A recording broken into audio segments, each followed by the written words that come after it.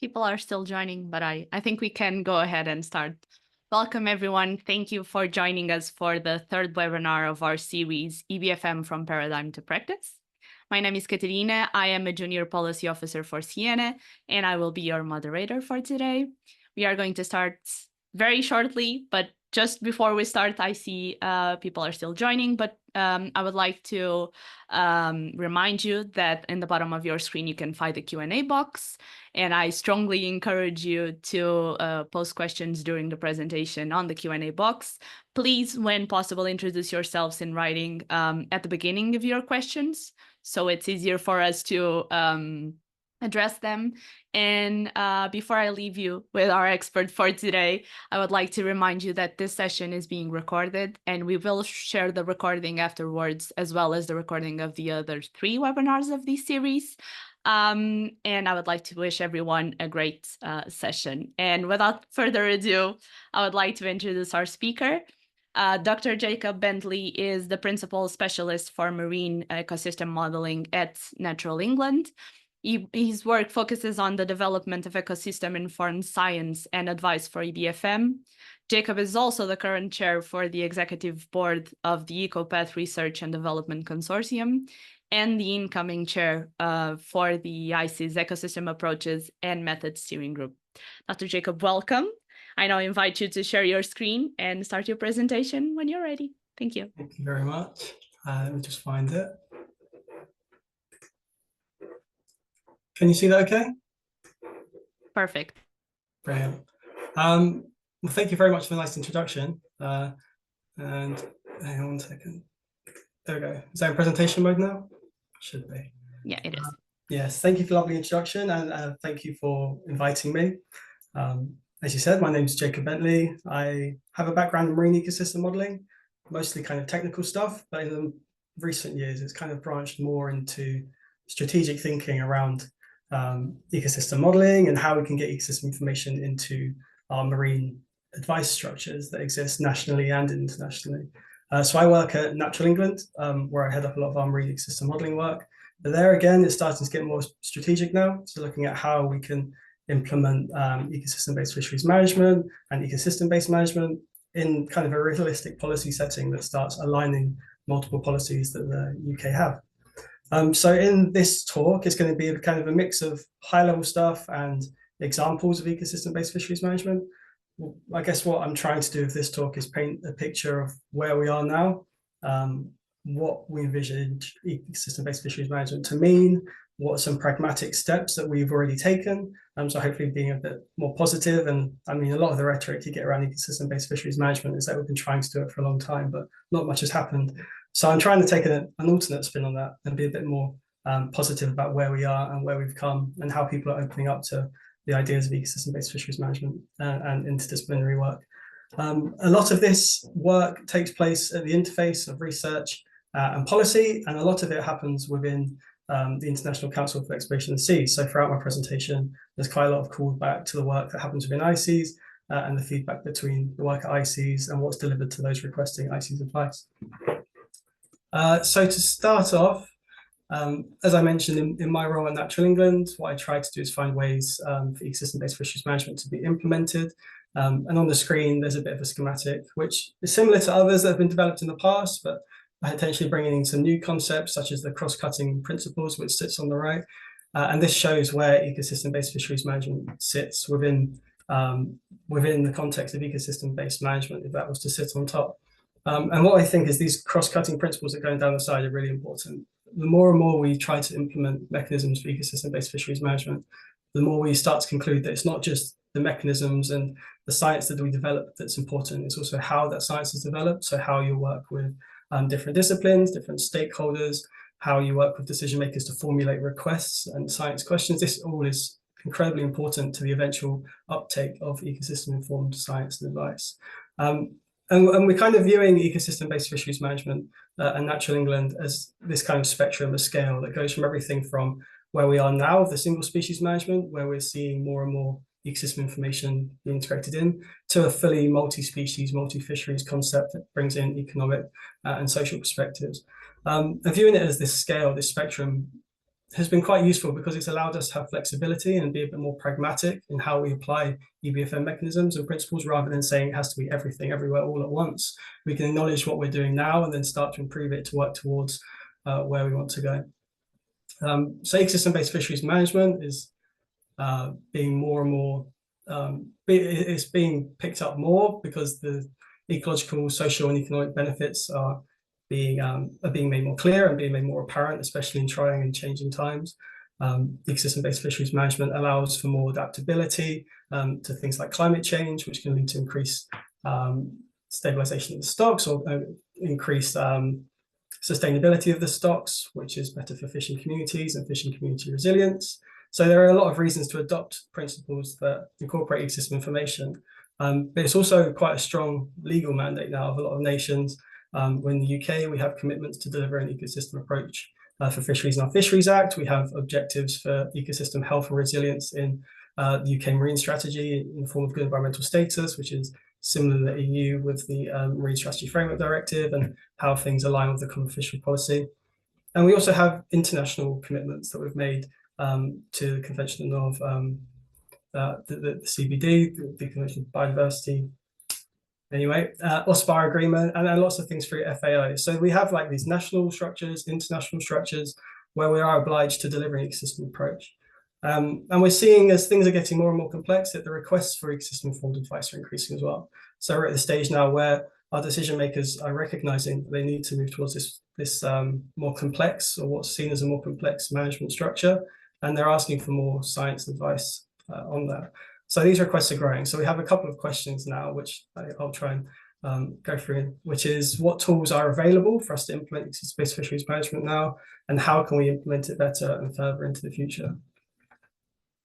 So I thought to start with, I'd reflect on what we're doing at the moment. And on the screen, there's some hexagons which show where ICs in particular integrated ecosystem information into the advice that they are developing. So again, this is trying to be positive, show all the areas where we are making a lot of active progress.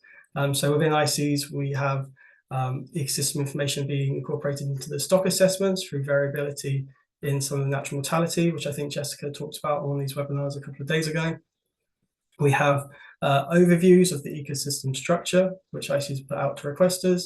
There's also more qualitative and semi-quantitative information in the form of conservation advice. We have the development of ecological reference points, and which allow us to augment catch advice to acknowledge some of the ecosystem complexities of fisheries. And then there's things like management strategy evaluations, which allow us to stress test the existing system. And there's loads more on the screen. So gear innovations as well, how different gear structures can reduce our environmental impact and improve socioeconomic outcomes. So there's a lot of work going on, and there's a lot of areas where EBFM is feeding into. And sometimes this movement towards an ecosystem approach happens implicitly. So within ICs, and for example, for the stock assessments, as the stock assessments have got better and better over time, they've recognized that in order to be able to simulate the dynamics of stocks, they need to start accounting for the fact that predation pressure and natural mortality varies over time. So that ecosystem information has gone in to improve those models, and has implicitly moved us towards the ecosystem approach, because the objective wasn't necessarily to deliver EBFM, but in striving for better science, we recognize that ecosystems are a core component of that. And then there's explicit mechanisms for EBFM. And this is for within ICs, for example, and it's something I'll touch on later. We've developed ecological reference points where you can change catch options based on the impacts of the environment on the productivity of the stocks. So for example, if a stock is heavily impacted by a certain change in climate, that can be accounted for. So you can try and reduce your cumulative pressures and acknowledge the role of ecosystem pressures. And within ICs, there's now the Framework for Ecosystem Informed Science and Advice, which Marie Julie presented in the first of these webinars, and that kind of lays out how we can move through the steps of taking science into advice and putting it into these intergovernmental products that are requested. So moving on to a few examples of ecosystem-based fisheries management. The first one I wanted to talk about was FECO, or the IC's Ecosystem Informed Catch option. And this has been talked about quite a lot, I think mainly because it has a really nice story behind how it was developed. So FECO came about after some workshops, IC's workshops that happened for the Irish Sea, where stakeholders, including the fishing industry, NGOs, environmental lawyers, were keen to explore possible reasons as to why stocks, primarily whitefish in the region, hadn't recovered despite vast reductions in fishing effort. A lot of the stock assessment models were still predicting that if fishing effort was reduced, that stocks would recover, and that wasn't what was observed in reality. So we started to explore whether there's other things happening within the ecosystem that's dampening any recovery. And this was spurred by the fishing industry and other stakeholders. So they were really keen for this work, to explore the ecosystem impacts of climate and other things on stock productivity. It led to a series of workshops where we co-produced ecosystem models. So by co-produced, I mean the models that we developed were built and parameterized using a plurality of knowledge, both from data that we had, such as stomach records, but also from fishers' knowledge, so their experience of knowing what different species had eaten, what they'd observed, stories of how their fishing effort had changed through generations, and things like that, we were able to incorporate into these models. And the outcome of those workshops was the recommendation for a new reference point within the IC's advice structure called FECO. And this had the backing of the stakeholders in the industry because they essentially co-developed its existence. So what FECO does, so there's a diagram on the slide there. It has a few steps. The first step is to identify where there's a need for ecosystem information. I should probably stress here that that first step, identifying a need, is really key. Because as ecosystem scientists, I'm guilty of this. We're very eager to just make sure ecosystem information is included, and sometimes you can get lost and want to put ecosystem information everywhere. I think everything should equally move towards an ecosystem approach, but in reality, we only have so much capacity, and there will be areas that we definitely need to prioritize an ecosystem approach. So identifying where that need in the system is for ecosystem information is a really important step towards developing applied ecosystem and informed advice in science. The second step after identifying that need is developing and using ecosystem models. And within the IC structure, for models to be used in advice, they need a key run. And what that means is you've got a model that's been reviewed and assessed by WGSAM, which is the IC's working group on multi-species assessment methods. And once you have that model that's been reviewed and assessed, it's allowed to be used in advice for the purpose that you've outlined. And then the third step is to identify ecosystem indicators which are linked to stock production. So using a model to identify whether it's something like temperature or food availability that's driving the dynamics of the stock, as well as other things like fishing, for example. And on the right, it's an illustration of how this works. So for identifying this important ecosystem indicator, for example, in the Irish Sea, this is operational for cod at the moment. The indicator there is temperature. If you identify what the current trend in temperature is, you then apply that to your catch advice. So on the right, you have the F advice that ICES give, so the fishing mortality advice, which ranges from FMSY lower and FMSY upper. And the idea is that the ecosystem reference point will be scaled within here based on the productivity condition of the stock. So if the stock's in a particularly poor environmental productivity stage, you'd advise a fishing option towards the lower end to reduce cumulative impacts. The second example, which I'm going to give, was developed in parallel at the same time by researchers in the United States who are focusing on Atlantic menhaden, which is an important forage fish stock. And they developed these ecological reference points. But instead of developing an option, or aside from developing an option that looked at the impact of the environment on the stock production itself, what they were more interested in was the trade-offs between fishing an important prey species and the biomass of its predators. So acknowledging that the species are interdependent, and if you fish a prey species down, then the predator might not be able to reach the carrying capacity that it could have done if there was enough prey in the system. So it follows a very similar step here. They identified where there was a need in the system for ecological reference points. So they identified that menhaden, this important forage fish, was particularly key in the structure and function and resilience of this ecosystem. They then tailored and had a very similar review process for their models. And then they identified which predators are most dependent on that prey. In this case was menhaden. So you can see on the figure on the right, what you have on the x-axis is the prey fishing mortality, so how hard you fish menhaden. And then on the y-axis, you have the predator biomass ratios for important predator striped bass, which is a recreational fishery over there. And you can see the harder you fish menhaden, the lower the predator biomass maximum could be. And it means if the harder you fish it, you may not be able to meet your predator targets you have for that species. So what this enabled them to do was look at which fishing target for the prey would enable you to meet your biomass targets for the predator.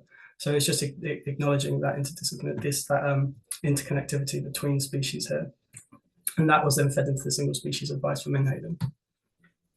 The third example I've given is for management strategy evaluation. For those who don't know, MSE or management strategy evaluation in fisheries is a simulation-based approach which we use to test the performance of different management strategies, such as harvest control rules under various scenarios of uncertainty to ensure sustainability of the chosen approaches. That includes, on the left of that diagram, an operating model, which represents the stock as well as the processes and uncertainty that might impact it. And then on the right, there's a management strategy side of the model, which where you can define strategies and certain rules and thresholds.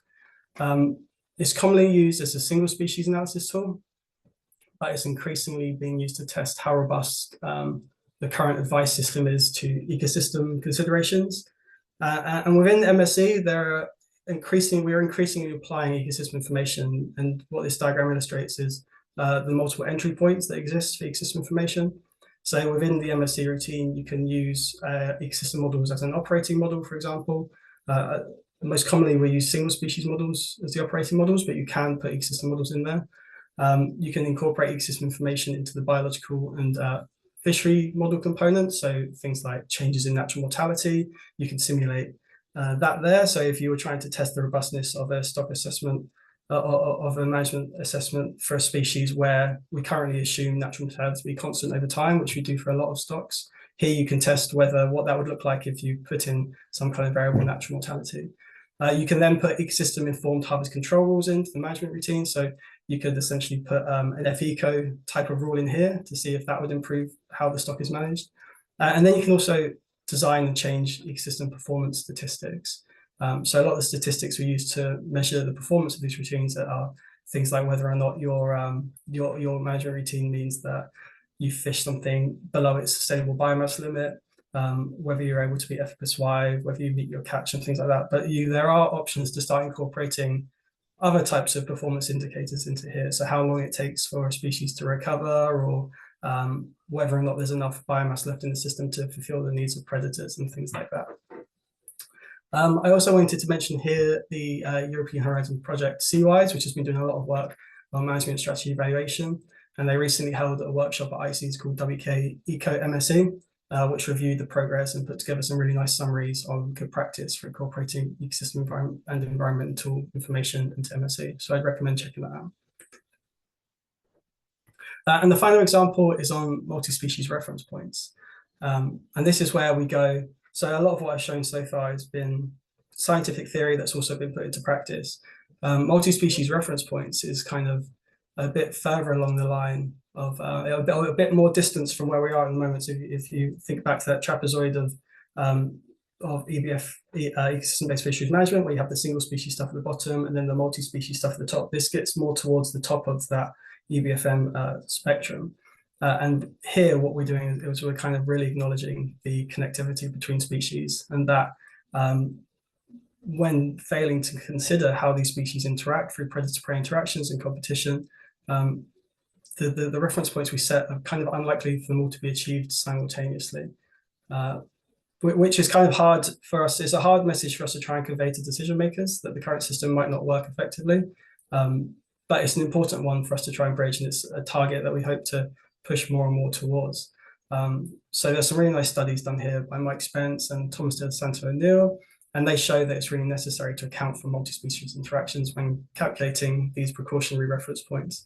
The study Mike did, for example, in the North Sea, he identified that even without fishing mortality, I think he looked across 9 stocks in the North Sea. So when you had no fishing mortality, it was still impossible for all 9 stocks to be in a precautionary state, because there was these interactions between them, and the cod and whiting couldn't survive at the same space if you weren't fishing. For example, I think there was a complex where if you stopped fishing everything, cod would go up and whiting would go down below its precautionary levels because of these interspecies-specific interactions, which kind of illustrated that these multi-species interactions need to be considered when setting precautionary reference points. And he has some more messages in there about adjusting risk thresholds that currently exist. And what was really key in that study was showing the power of ensemble modeling. So what Mike used there was an ensemble of different ecosystem models to kind of get over a lot of the structural uncertainty issues with those models. So if you get a chance to read that paper, I'd really recommend it. So I've shown some of the mechanisms, and I mentioned at the start that it's not just the mechanism we develop, but it's also how we work, which is really important. And there are a number of steps within that kind of development of an EBFM mechanism that are relatively similar and consistent between them.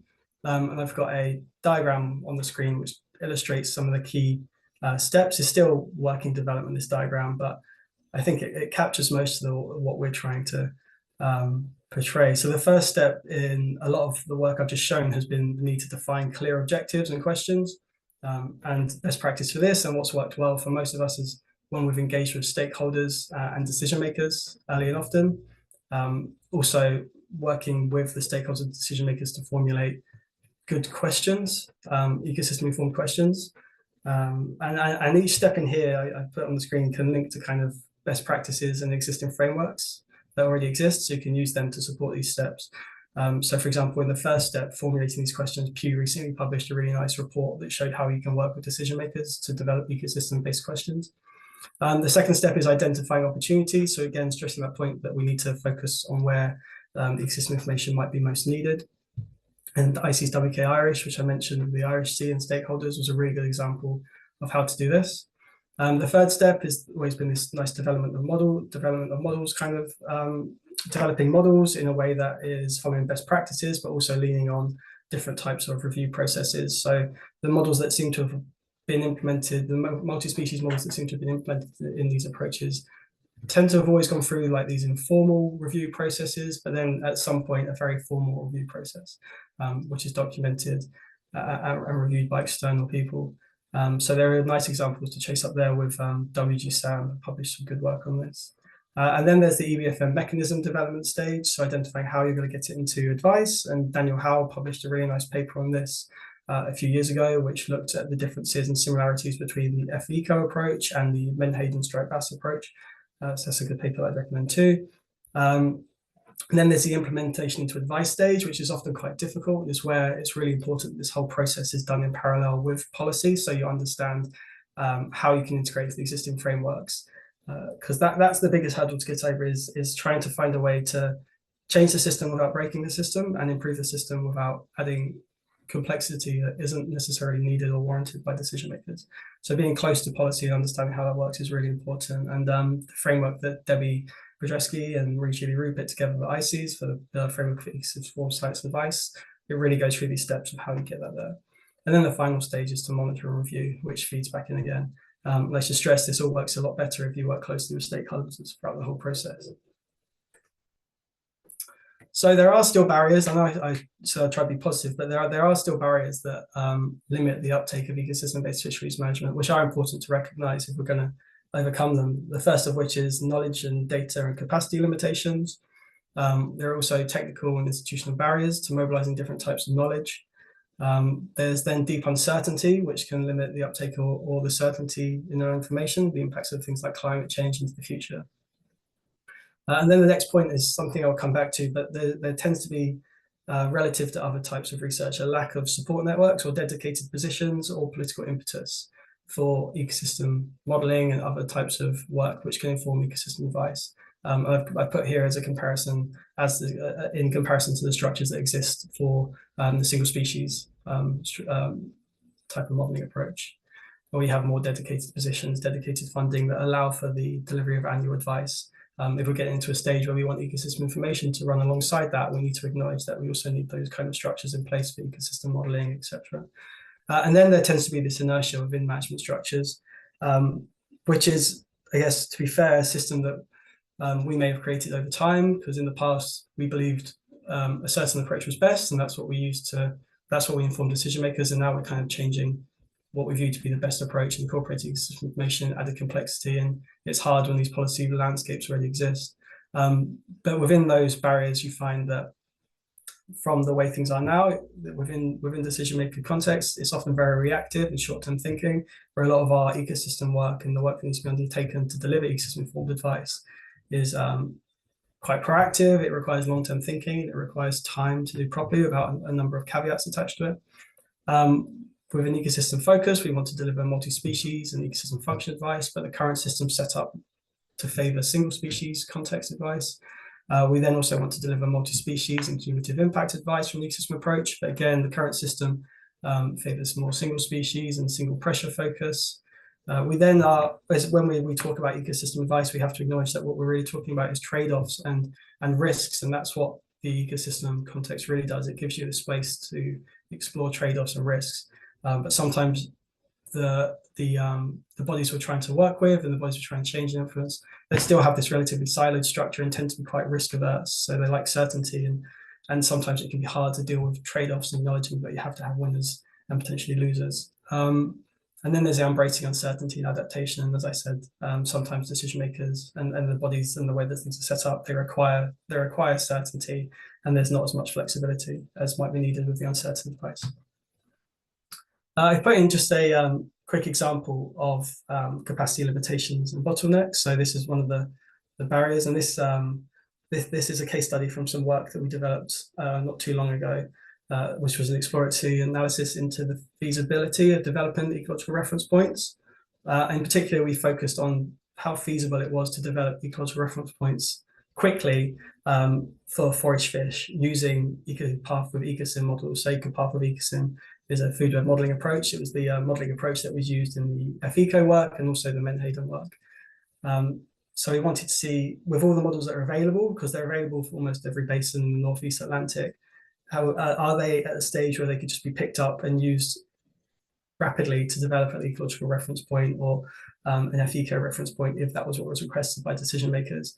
And this is quite a crude analysis, because a lot of what makes a model feasible for use in a context like that, if it's going to be used for a strategic purpose, might be judgmental, and it might be dependent on the question that's being asked. But what we looked at anyway was the models that exist. Do they cover the areas of the stocks? So can they map perfectly onto the footprint that the stock has within the IC structure? Has the model been set up in a way that that species is a focus species? So there's a single functional group for that species. You can explore its simulations and understand its productivity and how different pressures might impact it. And then importantly, in the context of the Northeast Atlantic, and if we want to go through the IC structure, does that model have a IC's key run? Has it been reviewed by WGSAM? Because otherwise that's a bottleneck. If we want to use these models, they have to go through that process of being formally reviewed.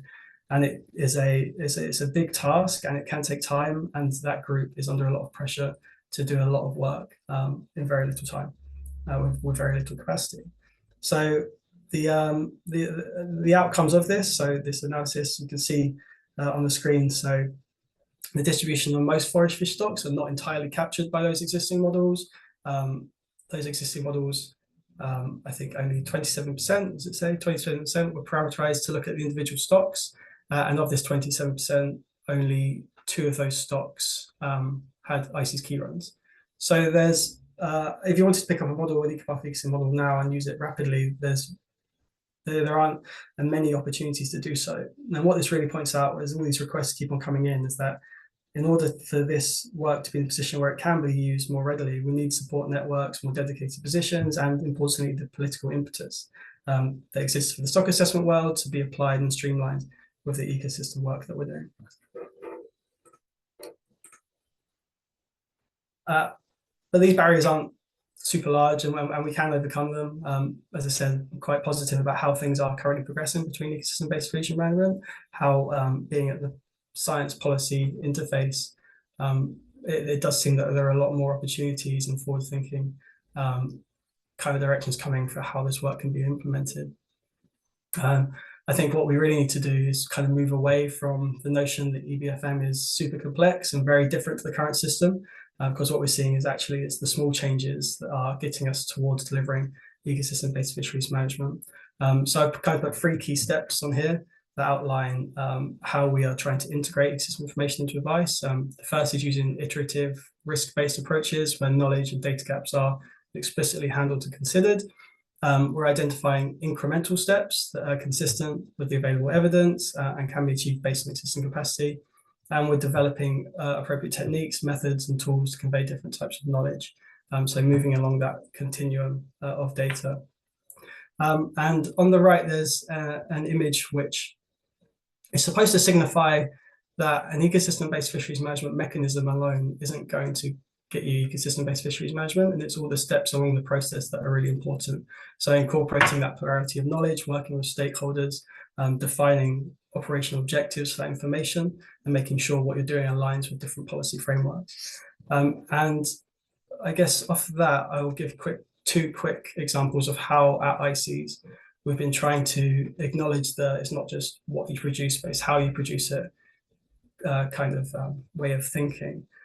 So there's two workshops that happened this year that I'd quickly like to mention. The first one is ICES WK Food Web.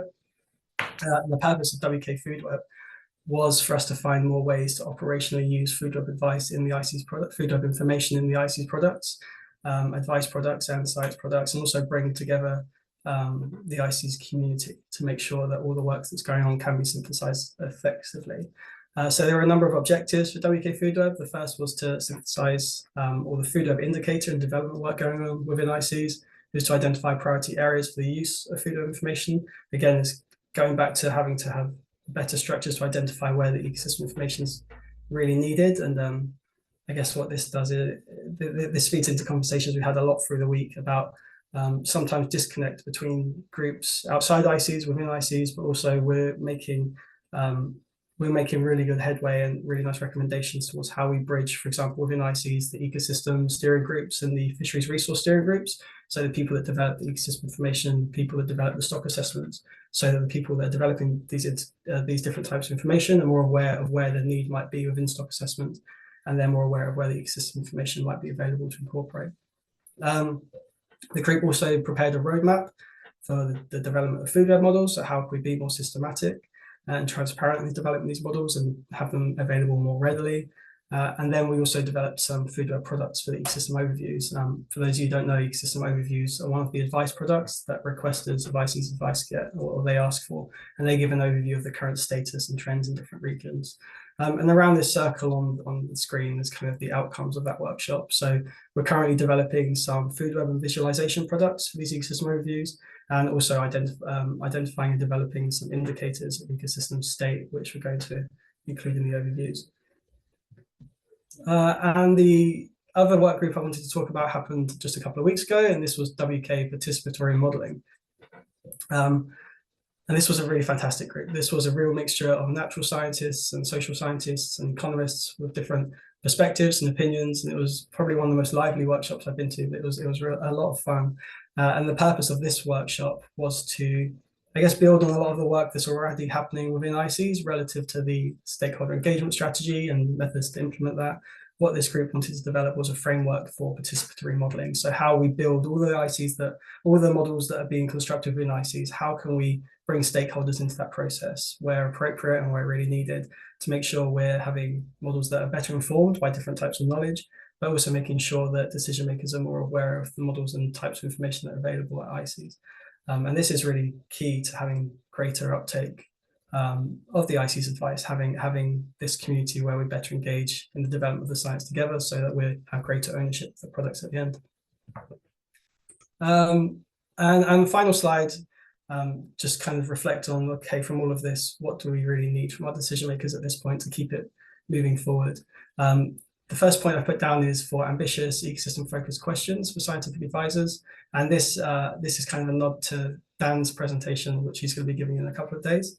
The second point is the adoption and implementation of available frameworks, such as the framework that Marie-Julie presented for Pfizer. And then we need to start implementing the available mechanisms. So making decision makers more aware of the mechanisms that are available, and such as the ecological reference points and things like that, and allowing them to understand how it can be implemented within the current system. The fourth point is a bit more tricky, but it's really important that we have greater alignment across government, science and policy teams, and collaboration with stakeholders. And this is really important because a lot of what we're doing with ecosystem information is we're drawing across policies, we're looking at trade-offs, so we want to make sure these teams are interacting. And the fifth point is for long-term institutional support for the ecosystem science and advice.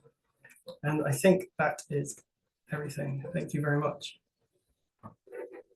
Thank you, Jacob, for such an insightful presentation. I loved your positive outlook on where we are on EBFM, and thank you for breaking down the complexity of this concept. There are many pathways to incorporate EBFM in decision making. I think you said it best when you said we don't need to do it all at the same time, everywhere, all at once. And your presentation was very helpful to clear some of these pathways. We will now open the floor to questions from our participants. So once again, I would like to please remind you that you can use the Q&A box at the bottom of your screen to pose your questions to Dr. Jacob. And I think we have a couple of questions already, so I'll start with those. First question is from Elizabeth West, and Elizabeth asks, for the capacity limitations, is that for the North Sea? Could we do something similar for other areas, and would they have greater limitations and bottlenecks? And how do we support ICES to prioritize overcoming some of these limitations and bottlenecks? Yeah, I think it's a really good question. In terms of the capacity limitations, it's not just for the North Sea. So I'm going to put more of an ecosystem modeling hat on now. So we have capacity limitations all over the Northeast Atlantic. I mean, I'd say global capacity limitations in terms of these model developments. It's better in some places than others. And that kind of feeds into the second part of that question. So where we are seeing greater capacity and more readily updated ecosystem information is where systems exist to support that. So there's kind of policy incentives.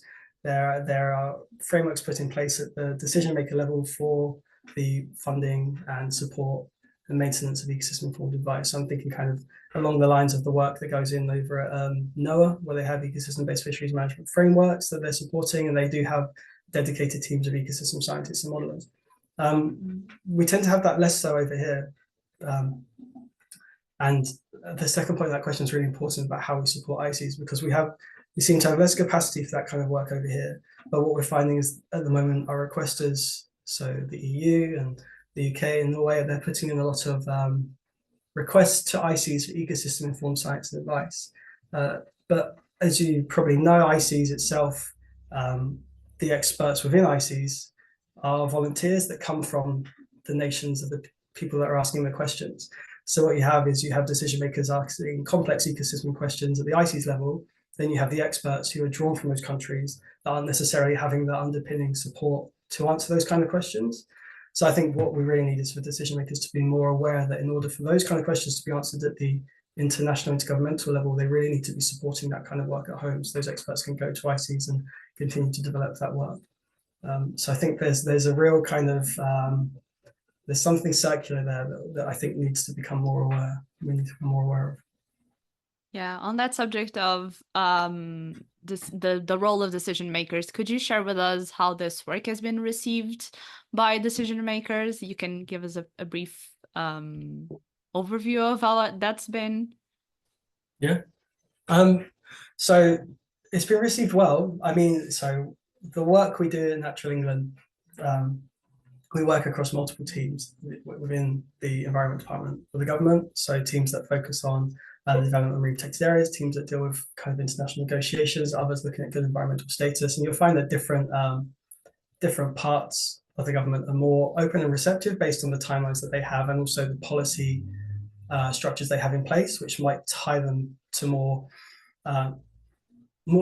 tight pathways of how they can think. In some cases, it's be hard for them to stray from different pathways if they're really tied in with policy and policy frameworks that keep them tied to a certain route. Like, for example, breaking away from a single species approach. It can be hard when it's so enshrined in policy to get away from that. So that might be somewhere where we need to be more tactical. But I think it's the way that we communicate that has a real impact on how it's received. So when it is that really kind of an area that is very tactical and it's hard to stray away from a single species approach, for example, what we find is because we're able to work closely with policy, we better understand their limitations, then we're able to share that with them in a way that we know can make things work within the existing framework. And it's those little steps that enable us to move on. So it's when we go to decision makers, it's not, as you said, it's not everything everywhere all at once. It's exactly what you could do in a very pragmatic way to start changing. And a lot of that is just about ways of working as well. So it's not changing the way you're managing everything, but changing the way you're thinking, changing the types of science you're interacting with, broadening your perspectives to social sciences and historic sciences and things like that. And I mean, it's all being received quite well from my perspective, but there's things going on above my perspective that might limit how far it goes. First, I believe it's an ongoing process. Mm. We also have a question from Mark Duffy. Mark asks, you mentioned that there will potentially be losers. As you inferred, isn't the win-win technically impossible across all species? Or at least perceived suboptimal returns will manifest? And thus policymakers should invariably acknowledge that there will be requisite trade-offs and there should be these should be made more transparent. Yeah. No, yeah. So the win-win across all species, if you look at the work of Mike Spence and others, it's not technically possible. So it's not possible necessarily to achieve MSY for all species simultaneously, which is really hard when that's something that governments have signed up to from a policy perspective and they're legally tied into. So how you start to acknowledge that and move forward is quite difficult. Hang on, let's go back so I can see the question. Yeah. So it's really important they start acknowledging that. But how we get them into that space is quite difficult, and that's something we're actively working on now. So we're trying to look within Natural England anyway. We're trying to reshape our fish and fisheries work plan and team to be something that's more ecosystem-based fisheries management work plan and team. So if we can show how we can change our structure as a government advisor, hopefully it will help in the way that we deliver advice and show that slowly things will move towards a more multi-species approach there as well. But yeah, it is a difficult one because that leads back into the question of the single species advice structures that are currently set up and how you move beyond those. And that kind of feeds into, I guess, what Dan will be talking about in a couple of days, but something we're also trying to push now is trying to kind of look at the relationship we have with ICs and think what further questions could we be asking? How can we change that interaction so we get more multi-species advice back and try and, see if there's anything that could be done there. Yeah, if I may, Jacob, I saw that when you were talking about MSCs, you said that traditionally they're used for single species. Can you share with us an example of a multi-species MSC? Has there ever been one, or Yeah. is there one in the works? Could you share with us, please? Yeah, no, I don't. So I don't know too much about MSC myself. I've only I've been on a couple of papers, but I've never been the mastermind behind the MSC. I've always been the person throwing ecosystem information at them and seeing if it sticks. But from my understanding, there's quite a lot of work that's going on with multi-species MSC. I know, so I've talked about Ecopath ecosystem now because that's what I know most. There's been a lot of work developed for a plugin for that, so we can do whole food web MSC kind of work. And I'm sure there's stuff, there might be people here that know more than me, but I'm sure there's stuff that goes on with some of the multi-species models that inform, for example, some of the natural mortality estimates that go into the IC stock advice. There may be some MSC structures set up there. I'm not too sure. Thank you. But like I said, there was that workshop at IC's WK Eco MSC, and there's a paper online and a report from that. So there may be more information in that. I think I shared in the chat the CY's project website, so it might link to that. I hope that that was helpful. We have a comment from Valeska Diemel. Apologies if I'm pronouncing this wrong, saying that it was a very good and comprehensive presentation. And we have a question from Dan, actually, Dan that will join us on Thursday for the final webinar of this series. And Dan asks, he says, fantastic talk, Jacob. I've noted that when EBFM, and particularly food webs and predator needs, is discussed within existing fisheries decision-making fora, i.e. annual negotiations, there is a tendency for policymakers to either, one, fear that building in an ecosystem needs will result in lower advice catches and they may have to give more to predators, or two, push for more accounting for the role of a predator and they suspect of taking their catch. How do we get away from this reductive view of incorporating food web dynamics into advice? No, it's a really tricky question because I've had that quite a few times, people saying that EBFM is just reducing catch opportunities. And it's my experience that that's not the case. So in particular, going back to the FECO reference point, for example, the idea there is if the ecosystem's in a good state, you'd suggest a higher catch. So there are changes there, and I think it comes down to sometimes a lot of short-term versus long-term thinking as well. So maybe in the short term, EBFM might lead to reduced catches because the ecosystem's not in a good place. But the whole objective of EBFM is that in the long term, you're going to have the ecosystem in a better place. And that's not just for long-term benefits to the fish stocks themselves, but it's through the lens of the long-term benefits to the social and economic impacts it has on the communities that depend on those. So there may be some issues there. So maybe it's an issue in how we're communicating, how we communicate benefits, and how we get over the hurdle of short-term loss for long-term gain, if that is what the outcome might be.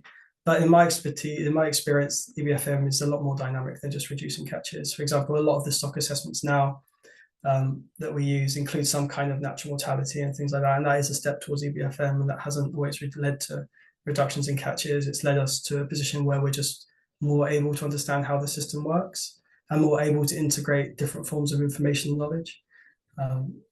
So yeah. And then the second part was push more counting the role of predator, expect the taking the catch. Yeah, that's a hard one. And I'm not too sure about that. I hear that a lot about a lot of complaints about seals in the North Sea, eating all the cod and things like that.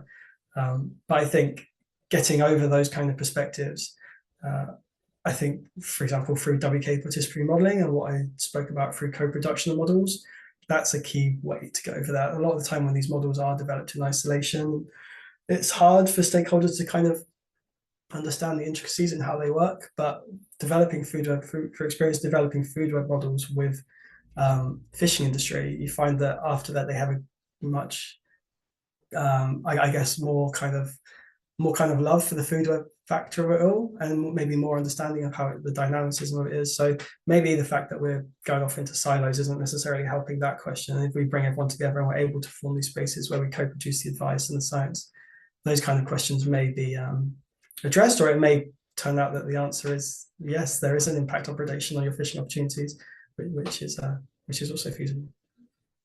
Thank you, Jacob. We have a question from Tamara Talevska. Many thanks for your excellent presentation. EBFM puzzle pieces are finally coming together for me. I hope all presentations will be shared at the end. They will. We will share all presentations as well as the recording for this webinar and the remaining webinars of the series with the participants.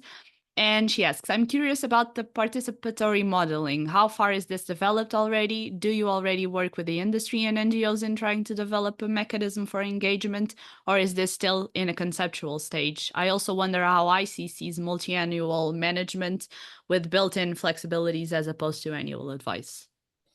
I'm not too sure I can answer that last point, but I can definitely do the first point about the participatory modeling work. So how far the work's been developed from the IC's perspective, so the common framework we want to get put together.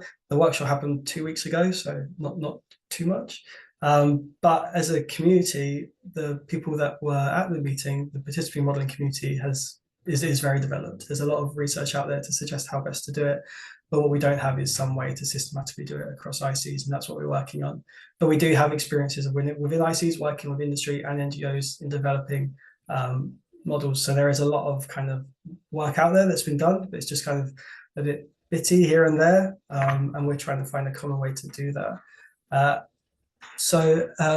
that kind of reflects, I mean, there's been a lot of work already done within ICs about how to work with industry and NGOs, and I've seen the next question come up actually from Ash. Ash was one of the chairs at WK STIM, which was like the stakeholder implementing something to do, I can't remember what the acronyms, there's too many acronyms, but it was something to do with implementing the stakeholder engagement strategy that ICs has, and they set out some really nice near-term, medium-term and long-term objectives of how to do that. So there's a lot going on within ICs. I mean, you can probably find those and put them in the chat as well. So there's a lot going on within ICs to better formalize those engagements with NGOs and industry.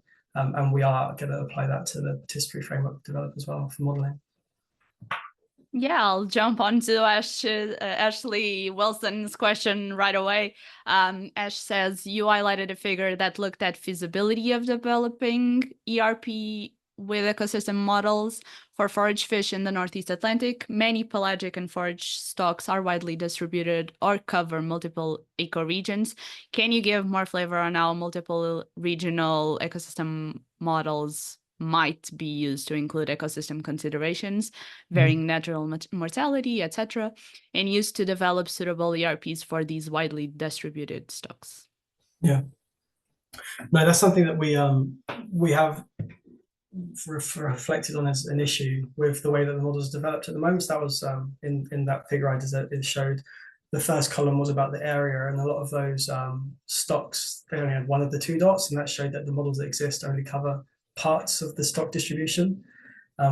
Ideally, if we were to develop a model and the policy objective was to understand, for example, mackerel, the model you develop would cover the stock distribution of mackerel.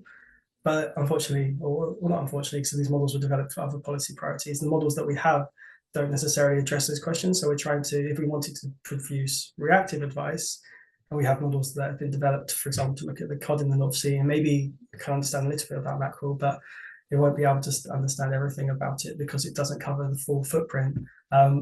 To get over that, we can develop these larger regional models, and that's something that we are doing at the moment with the European Union's the Joint Research Centre at the European Commission. So they are looking to develop regional models for MSFD regions. So there's one that exists now for the Mediterranean, one for the Baltic, and we're hoping to do one for the Greater North Sea, Celtic Seas. But that still doesn't necessarily get over the issue of stock distribution. So as I said at the beginning, it kind of comes down to a lot of a judgment call as well. So what we have been looking at, or what we could look at, for example, with going back to the mackerel example, is if we have models that kind of puzzle piece it, we might understand how natural mortality is different in different regions. And then depending on how that information is going to be used depends on whether it's going to be useful or not. So the sufficiency of the evidence that's available will largely depend on the question that's being asked and the risk that's willing to accept with that as well. I see we have a question from Jessica. Jessica was the second speaker of our webinar series, and we are still trying to see if we're going to do a roundtable somewhere in the future with the speakers of this webinar series. But I would like to ask Jessica if she wants to pose her question in voice. Jessica, I'm going to invite you to speak if you can actually. Yeah. Let me see if I can give you permission to get your camera on as well. I don't know if I can. I think you can hear me now. We can, yeah. I am not sure if I can show my camera. It doesn't seem like I have the option. I don't think I can add you, but go. You can pose your question even if we can sort this out. Yeah, thanks. Hi, Jacob. We talk. I was wondering, how do you account for and communicate the added uncertainty that might occur when you include ecosystem considerations? And how do you recommend actually validating the ecological interaction that you might have included as well? Yeah, that's a really good question. And it's something that the ecosystem modeling community has been trying to deal with for a long time. So for everyone on the call, when you're using an ecosystem model, you're modeling everything in the food web in some cases. And what that means is you've got a lot more parameters, a lot more uncertainty that's coming into your model. And you're also building in these relationships between species and the environment, such as links between temperature and growth and things like that. And these relationships can break down over time. So it adds in a lot of uncertainty to what you're trying to predict. And within the models themselves, the way we get over a lot of these issues with uncertainty, or we kind of acknowledge the uncertainty, is we are able to carry out different types of uncertainty analysis that look at the impact of uncertainty on our input parameters. So parameter uncertainty, we can look at the impacts of different climate relationships. So we have some kind of variability of climate uncertainty, and we can look at the structural uncertainty of models using ensemble approaches. So we're able to get some kind of understanding of the uncertainty of the ecosystem information that comes out of our models. And in terms of validating that information, there are a number of different ways to validate ecosystem information or ecosystem models. So a lot of what we do at the moment is look retrospectively, whether we're able to predict the last X amount of years using the model that we develop. Also to see how well our model performs against observations. But I think part of the process of including ecosystem information into advice is that it does come with the addition of risk and uncertainty. So what's important beyond that is acknowledging that there will be uncertainty in your connection. So for example, at the moment we have an FECO reference point for cod in the North Sea, which says there's a link between cod production and temperature. But we acknowledge that relationship, because it's an ecosystem link, might break down over time. So we move forward at this point, acknowledging that there's risk associated with that, but thinking it's a way that does enhance current advice. But what we do to address that risk and uncertainty is we revisit it through structures like ICES benchmarks, or we can review the models, review the relationships and see if it still holds and things like that. So we're kind of moving into a stage of more uncertainty and risk acknowledgement, and then adaptive management to address that. So I think there's no real way to overcome the uncertainty that's inherent in the ecosystem information.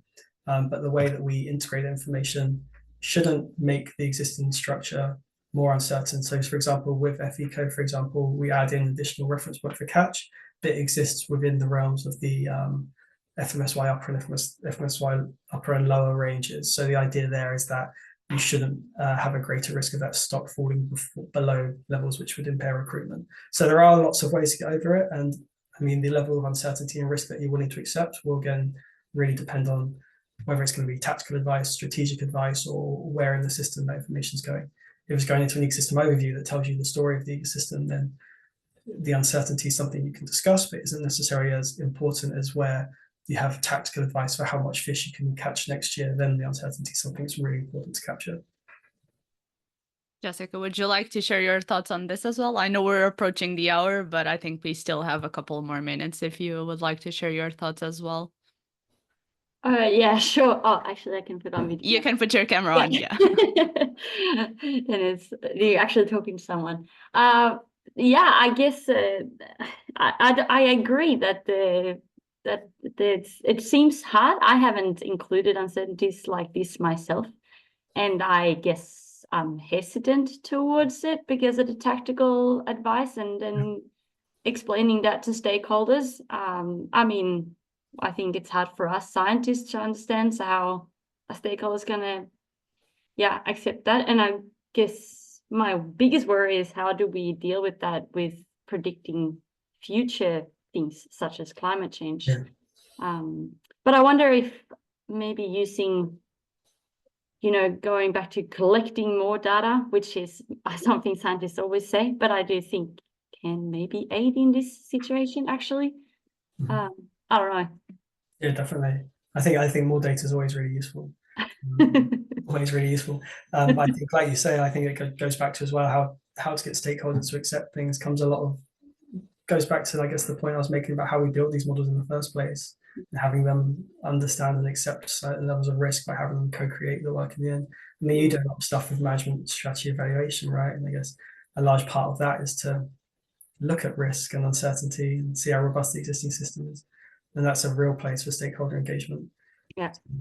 Yeah. Well, we're at the hour, so thank you, Jessica, for joining us. It was very, very helpful and good to have you. Well, thank you, Jacob, for joining us. It was a great webinar, and we will share the presentation with all the participants. Thanks, everyone, for actually posing the questions. It was a very nice discussion to have, and we hope to continue this conversation on our next webinar, which will be on Thursday at 4 p.m. CET with Daniel Stedman from the Biocharitable Trust presenting. I'll share the link actually on the chat. Give me a quick second. This is the registration link for our next webinar. And yeah, thanks everyone. Thank you for attending our webinar series, and we'll see each other on Thursday. Bye. Thank you. Thank you.